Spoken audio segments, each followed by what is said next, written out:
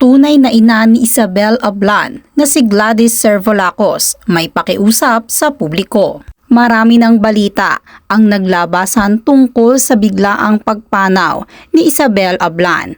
Sa harap ng kamera, si Miss Jana Dominguez at si Mikey Ablan ang humaharap sa publiko, kung kaya naman hindi maiwasan na hanapin ng mga netizens at ng publiko ang tunay na ina ni Isabel Ablan.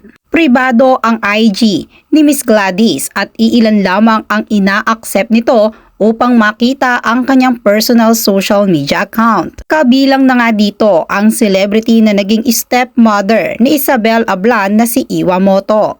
Lingid sa kaalaman ng publiko na labis-labis rin ang paghihinagpis at pagluluksa ngayon ng tunay na ina ni Isabel Ablan na si Miss Gladys. Hindi man nagpapaunlak ng interview si Miss Gladys, ibinabahagi niya ang kanyang pagluluksa at paghihinagpis ng mga taong nagmamahal sa kanya at malalapit through her social media account sa IG. May pakiusap ang tunay na ina ni Isabel Ablan na si Miss Gladys sa publiko.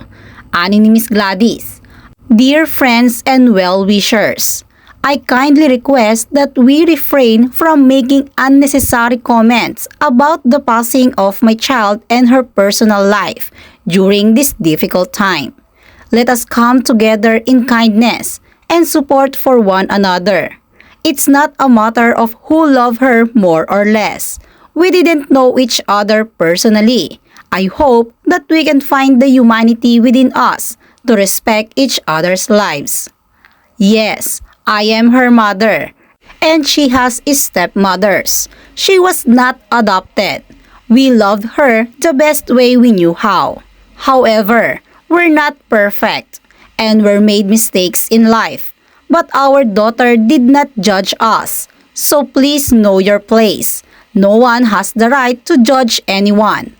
We are not gods.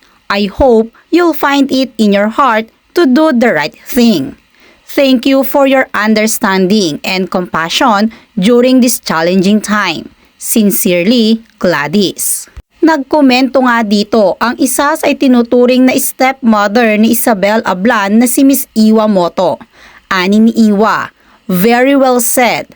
Huwag mo silang pansinin. Praying for you." Kaya naman nagpasalamat si Miss Gladys kay Iwa Moto.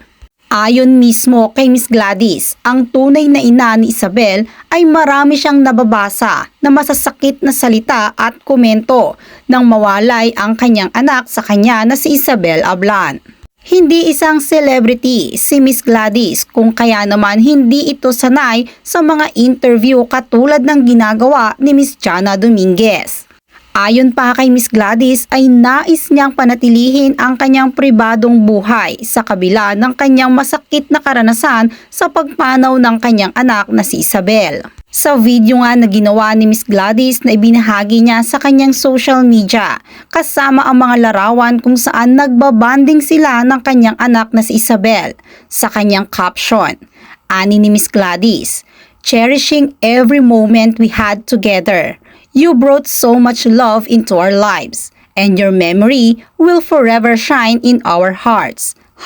#forever in my heart in loving memory." Taliwas sa ibang komento ng mga netizen na iniwanan o wala sa tabi ni Isabel Ablan ang kanyang tunay na ina na si Miss Gladys, marahil sumasapat na ang video na ginawa ni Miss Gladys sa social media upang sagutin ang mga haka-haka ng iba na wala ito sa tabi ng kanyang anak. May isa pang mensahe si Miss Gladys para sa namayapa niyang anak na si Isabel. Ani ni Miss Gladys, "You are my daughter, and your absence has left a chasm in my soul that can never be filled. Your presence was a symphony of joy in our lives, and the echoes of your laughter still resonate in our hearts. As the stars twinkle above, they remind me of your radiance that once graced our world. The pain of losing you is a tempest that ranges within me. But I take solace in the thought that you are my daughter, and nothing can ever change that. You are an indelible part of my being, and in the depths of my love, you shall remain. Forever and always, I love you, anak."